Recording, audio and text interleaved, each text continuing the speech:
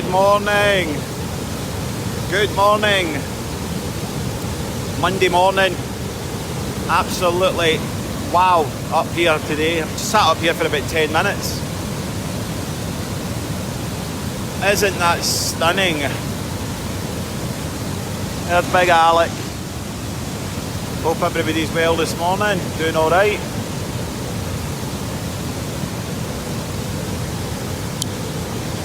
Good morning, Monday morning. Hope everyone's well. Thank you very much for each of you that supported us through our journey through the Highlands. It was spectacular. So, sharing. Good morning, everybody. So, sharing the learnings and thinking a lot about suffering and humanity's suffering and clients and friends that are locked in suffering. And I'm wondering why we choose suffering over joy. Why are we resisting our natural state? And why are we choosing suffering over joy? Why are we choosing disconnection over connection? Why are so many people in pain right now? And a lot of don't feel as if there's a way out to end their suffering. So I just got back last night, and I'd like to share some of the reflections that I had over the 3 days, and hope that they're helpful, and hope that my explanation of them allows you to implement some of these reflections, rambles, connections that I made. So, one of the things I found that was very interesting about the days away was how each person, there was 16 of us I think, started the walk on Friday morning at 6:30.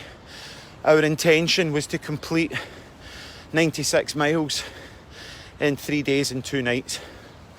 And the interesting thing was, as I was using a lot of strategies by my friend Clark Burrow and Lewis Cleland, was to see myself as a bird looking down at the process. So there was 16 boys, all with their backpacks and their sticks, and we're walking through the trails through Glasgow, making our way to Drimmen. And each person assumed a different position in the walk at different times. Certain people took lead, certain people fell the back. Sometimes the strongest was at the back, sometimes the one needing the push was at the front. It was just a very interesting dynamic to follow and watch, that when we started to get into almost a trance through the amount of walking that we were doing, you know, once we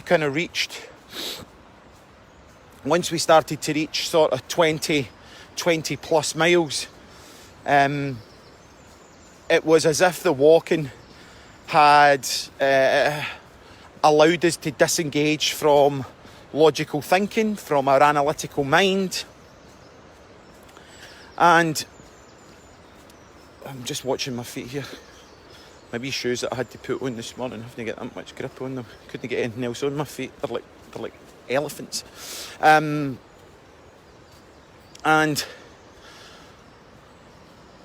the team, the people that got together, Clark Burrell, Lewis Cleland, who are growing, I would like to call them friends. They're absolutely incredible young men, absolutely amazing. I cannot thank them for their tenacity, their understanding. And I remember I was walking behind Clark and Lewis, both. I was walking behind the two of them, and somebody asked, "Why do you do this? Why do you always set yourself these extreme challenges?" And they're both only sort of mid-20s, these boys, and they were like that because we love suffering and we love to get broken down, right? And I thought, isn't that an incredible way to look at it? That they enjoy suffering, but they're not trapped in suffering, because they're two of the most creative, the most energised, the most resilient guys I know. So what's the difference with their suffering And the suffering of the clients that I work with, the people I know, the friends that I have that are stuck in their stories and they're not able to get through it. Well, I come up with, rightly or wrongly, it's the resistance of suffering that creates more suffering. The more that we resist going towards the nuclei of the pain, the more that we will be in suffering. And how that presented itself for me was, as you know, I think I completed 37 miles on the first day. I never quite got to the bothy that they did, which was about 30 and a half miles on. And I was long, and I was maybe mile 35 or something like that, and I was not here. And you know, the pain that was going through every muscle, joint, bone in my body was in absolute agony. I was, you know, and I just allowed myself to fall into the pain and really experience it. It was like a volcano that come up through my body. I genuinely have never felt, I have felt power like that before, but it was in a negative way. I felt a power like that in my body before when I've been aggressive or angry or went into a rage or something like that in the past. But this volcano felt clean, it felt effective, it felt useful, it didn't feel destructive, and it felt absolutely perfect. It came up through my body, the pain disappeared, and I just kept marching and powering through it. And every time I felt myself going into kind of suffering, every time I allowed or was watching my mind and how my mind was playing out, I would allow myself to feel the pain again and allow myself to come up through it. Hello, lost reception there, sorry. Maybe that was all we were meant to speak about this morning. So why do we suffer? Why are so many people in suffering that they're not in happy relationships? They're choosing disconnection over connection. They're choosing fear over, let me be corny and say love, but a feeling of joy, connection, togetherness. And that's available. That's absolutely 100% available for us. It's how do we start to make those different choices? How do we start to make effective choices that allow us to learn how to actually be with suffering rather than resist it? Now, I remember reading a long time ago that if you... So... we're not getting a very good signal today. I am sorry. O2, maybe I've used all my data listening to tunes.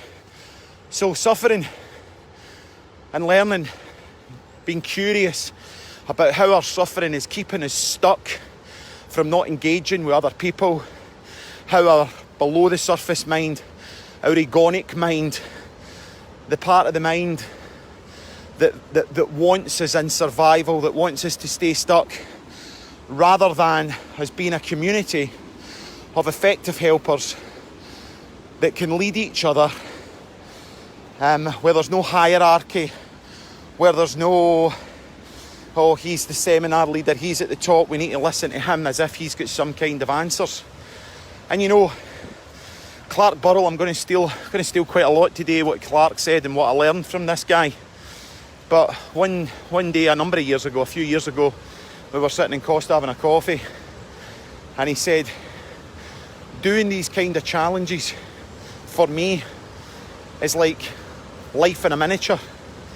And it's like, as we were walking and as I found out through other people and friends that were walking with us over the last 3 days, every time you were in the pain for us, we were experiencing through memories of the past, we were associating it to times where we felt like giving, but that was reflective to times in relationships where we had given up. And why did we give up that relationship? In the analytical mind, looking at that, the places where we gave up, we threw the towel in prematurely. We left a relationship because had we managed to stay committed and stay out of the story that was coming up within the relationship could go to a new level of harmony, a new level of joy, a new level of connection, a new level of partnership. But that might not mean that you end up getting married. It might end up that means that you separate. But the mind will want to go towards something. But before it even goes towards it, it's wanting to know what the reward is. Well, okay, I'll commit to my job. I'll commit to my company. I'll commit to my partner. And I know through eaten my own soup long enough that the more that you commit to something outside of yourself, the more you're going to reap the rewards and you're going to reap the benefits. But we in our mind think that those benefits are that we're going to get closer, that we're going to... We're really not getting a signal today. I'm sorry. So too. It's not me. I have paid my bill. So when we commit to something, we give it our heart, we put our heart into it, we give it our all. The rewards at the other side of it might not necessarily be as the mind thinks it's going to be. Like, oh, well, I'll only do it if I'm going to get this out of it. It's like, well, if I really commit to my job, I'm really going to do that if I end up getting a pay rise, right? But what if your commitment led you to leave your job and get yourself into a job that actually paid you less money but gave you loads of connection? What one are we valuing? Our agonic mind, yeah, we need to pay our bills. Yes, money's became the new oxygen. But really, look at what we can achieve. Look at what we achieved in a matter of 6 weeks. I've been thinking about opening a company called Scouting About for quite a while. It's a green space organisation where we look at mental health, the outdoors, walk and talk stuff, coaching as we walk, coaching when we talk, right? Why? Well, my daughter's called Scout, number one.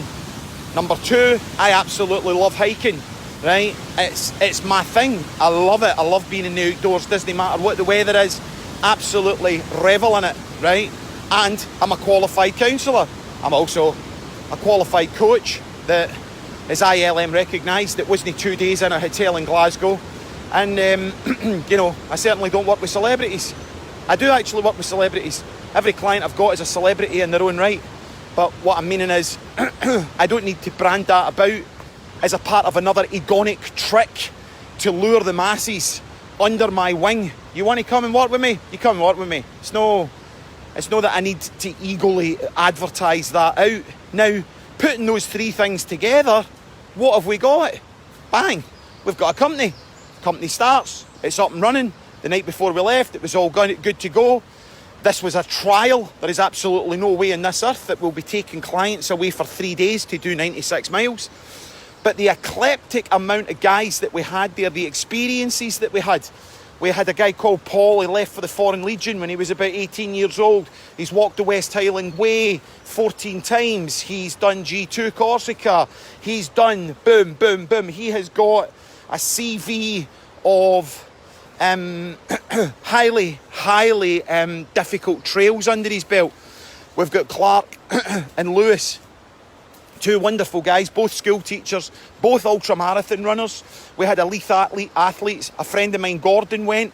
He's no long back for doing Base Camp Everest. He's ran a number of marathons, right? So the level of experience that was in that group was absolutely incredible. You could not pay for the valuable lessons that each of us got from one another. But what we all learned on that excursion was nobody's any better and nobody's any worse. Because the hierarchy, as we get broken down, it got broken down as well. And we were all there and we were all in our own stories, with our own baggage, with our own suffering. Now, I don't know, but let's say I got to halfway on the Tuesday. People were starting to break out. One of the boys left, two of the boys left and left Gordon and I on our own. And I think Gordon and I found that difficult maybe to be on our own, and we made a decision, rightly or wrongly, to come down the road. Now, out of that trail, we both missed out, let's say between 16, 17 miles or something like that, we missed out. So we actually did 80 miles in 3 days. Now, I will never know the pain that those 12 guys that were left at that point went through. I'll never know that. I'll never know what it was like to walk over the Rannoch Moors with them in the dark, where their tent had blown off their bag, where their sleeping bag was soaking wet, where they had nowhere to sleep when they got there that night. I'll never know that, right? Because I can't get inside them and I can't compare myself. But likewise, when I made the decision to throw the towel in, after branding it all over Facebook that we were doing 96 miles in 3 days, right? And having to write, I'm throwing the towel in, and sitting in that bus and getting off the bus and getting collected off the bus and the disappointment that I felt. And as I walked towards my house and I saw the car that's all been sign written up and just wanted to destroy it. I just wanted to rip all the sign writing off the side of it and smash myself up, and I couldn't bear to be with people that love me. I went away up the stairs and went to my bed at 8 o'clock. Phone beeped in. Gordon, are we finishing this? And it was a no-brainer. It was, aye, let's get after it. Let's go get it done. Right? Set my alarm for 3 o'clock in the morning, and we were back up and we were on the trails again. But my point I'm getting at is, we can't see, and everything's absolutely perfect until we can start to learn to trust the process and get our analytical minds out the way, or we're just going to be locked and lost in a continual cycle of dissatisfaction, of places where we've lost harmony with our life, where we've lost connection, where we feel resentment. The lessons while I was walking, I'm a 12-step guy. I don't really identify myself and would say I'm a 12-stepper. I'm part of the fellowship. But the fellowship is fantastic. I don't want to identify myself. I find that not helpful to identify myself with one thing or another. But as I was walking, as I was in the pain in my legs and my feet, my knees, my hips, and it was like each pain that was in my body had a correlation to something in the past that I had done to offend or hurt or do harm to another person. And as long as that was going through my head, the suffering just seemed to magnify. But it wasn't until I went back to step one, dropped into the suffering rather than avoided it, and accepted what I had done, and forgave myself for what I had done, and forgave the other people that forgave the other people that were involved in what happened in these situations. It was only when I drove myself into the nucleus of the pain that the pain then left me and allowed me to walk on for another few miles. And then after that, so I did step one, it was then step 4, step 5, but then I would go back round to step 8 again, and the level of resentment that I'd feel to people that I believed in my tiny consciousness that had cheated me or done me harm. And when I was in resentment, it was absolute horrific, the pain that was in my body. So the learning would be, let's go back to step 1. Let's accept what's happened. Let's forgive yourself. Let's let yourself off the hook. As soon as I was able to do that, I would end the suffering. Now, what I've came to understand is that when you set off on this path of discovery, of healing, you're never free. And I would relate us back to the disciples said to Jesus, Jesus, my Lord, how many times do I need to forgive? And Jesus replied to his disciples by saying 7 times 70 times 70. Now, he doesn't mean a calculative number. He just means a shitload of times. So you're in this process called life. It's moving all the time. And it's not like we come to a point where, oh, I've forgiven my parents, or oh, I've forgiven my family, or oh, I've forgiven myself, and then eureka, life's cool.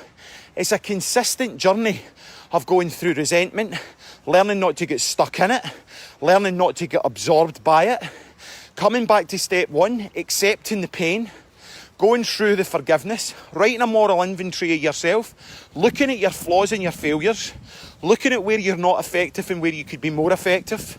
And how do we start to do that? Well, we start to do that through a peer-led recovery. A group of people that's willing to hold you accountable, that's not there to hear you moaning and complaining. Because moaning and complaining is just a place where you give your power away. It's a place where nobody really wants to hear it, right? Moaning is a place where you give yourself away to the other person that you are moaning and complaining about, and you're probably moaning and complaining about them because they've got some level of power over you. Okay, so you're moaning and complaining about someone or something that's got power over you, but then when you moan and complain about it, you actually give your power away to the person or thing that you're moaning and complaining about. So then you're caught in a cycle where you're running around your life. You could be experiencing depression, anger, disconnection, trying really, really hard to get out and get down and get on with it, but you can't seem to find a way out of the tunnels. You feel trapped, you feel isolated, you feel cold, and you feel lonely. Now, one of the suggestions of the way through that is That's you in avoidance. So step up and look the dinosaur in the eye, look the dragon in the eye, and come to a place of acceptance around it. Now, once you've done that, you'll feel freedom for a few miles, a few hours, a few days, a few months. But then the unconscious hook wants to pull you back into the story, because when it's got you in the story, you're in separation rather than connection. And so the theme begins again and again and again. And doing that journey with some of the most phenomenal men that I've met, and in actual fact, on the way down the road, the conversation was, there was not one argument. There was not one argument between 16 guys. There was not any place where anybody fell out with anybody else, right? That to me shows connection, it shows harmony, and it shows one thing, that we were working together. Now that's a microcosm, life's a macrocosm. How can we start to ask the questions? And why I'm saying this is a little bit of a conspiracy theory here, but I personally don't feel very good about where the world's going. Right? Financially, economically, the disasters, the disconnection, the levels of addiction, the levels of pharmaceutical, the levels of loss, the levels of unhappiness that are in people's lives right now. As a humanity, it seems to be that what I'm seeing is there's a massive amount of suffering. Yes, there's a massive amount of good in the world, and when you look at that and you focus on that, you start to see more of the good. But we cannot deny that there is a massive amount of suffering going on. Our children are suffering. There's children taking antidepressants. We are, as a race, starting to lose connection to the natural world as we're entering into what would seem the only thing we can connect to is a technological world, a two-dimensional world, a two-dimensional space, where it's very, very difficult to read correctly the soundbite of a two-dimensional text message. And then we drive ourselves completely and utterly batshit crazy trying to understand what that person actually meant. Whereas in the old days, the person was sitting beside us. In the really old days, they probably never even had to open their mouth. They would just open their heart to you and pass the information that they needed to hear. And telepathically, we were able to communicate our needs, our wants, right? And then we moved into this analytical world, this world of language and linguistics, which has only took us further away from our heart, further away from our joy, further away from acceptance, right? And put us into a world of disconnection. So, if any of that makes any sense, what I have learned over 3 days of hammering myself out is there is no quick fix. There is no quick solution. Now, if you are in pharmaceutical medication and you're using that as a way to get yourself through, that's fantastic. But it's not a standalone therapy. It's a band-aid. It's a sticking plaster. It'll make you feel better. It'll give you a bit of motivation. It'll let you go on. But I'm just wondering, do you feel numb? Do you feel numbed out to the world? Do you feel as if you're unable to connect with the world, but, at least you're able to get out your bed? So how do we implement that we can start to see beyond our own subjective experience of what's going on within our internal narrative and extend ourselves to other people to start to pull each other along this journey rather than keeping people stuck? Because if we're going to get through the next level, lots of people are, there's lots of hippie new age nonsense or spiritual circuses going on about what's going down and what's happening. But it seems to be that we are entering into a very, very difficult time. And we've been in a very difficult time for the last 3 months. Let's not take that away. And, 3 months of isolation for a lot of people, disconnection, the aftermath of that. Let's think, all right, we're out of lockdown now. We get out of lockdown on Friday and we started walking the West Highland Way. We were allowed to do that. We were self-contained in our one-man band tents and stuff like that. But we can't forget what we've just been through. And there is always an aftermath to something like that. And trauma of that doesn't necessarily come out. Survivors of trauma or people that were at 9/11, it's not the next day that they need supported. It's months and even years after the event, the horrific, disconnected event, that people really need to be taken care of. So How can we step up? How can you step up and start giving yourself to the world, giving yourself, giving yourself to your family, instead of constantly wanting to take that little thought, well, I'm only going to give myself to them when they give themselves to me, right? See, as soon as they start giving themselves to me, I'm going to start giving myself to them, right? And that's just the way it's going to be. And did you see what she done there and what he done? And we give ourselves away and we moan and we complain. We are powerful beyond measure. If this 47-year-old guy that isn't that fit, or never saw myself as that fit, can go off and walk 80 miles in 3 days with elite athletes and marathon runners with the right conditions, the right preparation and the right mindset, we're capable of absolutely changing the world for the better. And that's no some kind of hippie fantasy that you would read in a C.L. Lewis novel. That is absolutely at our fingertips. So I'm encouraging you today. We're starting Monday, starting a new week, right? Let yourself off the hook. What's done's done. We can't change the past. We can only be in the present. The present moment is all we've got. And in the present moment, when you come into it and you start to bring your awareness to your body and its sensations, you can start to see that there's pain in our bodies, pain of the past, pain of what's going on, things that we're carrying in our backpack. And only when we can go into the nucleus of that pain and stop resisting it. Good morning, my friend. How are you? Not bad, not bad. Good around. That we can start to see more effective results and start to move each other forward. There was so many lessons from those 3 days. It was insane.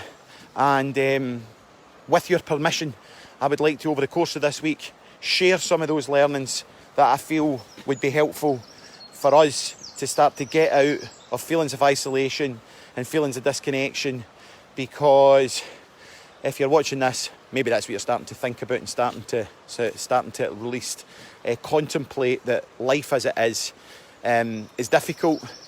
You feel like a stranger in a strange land, and adulation and compliments cause you pain rather than give you a feeling of freedom. And if you're locked in any of those things, I would encourage you to start to look differently at your current reality, your current situation. And with encouragement, we can start to change our mindset and let friends help you, people that you can trust. I wish you a fantastic Monday. Have a great day. All the best and take care. Have a good one.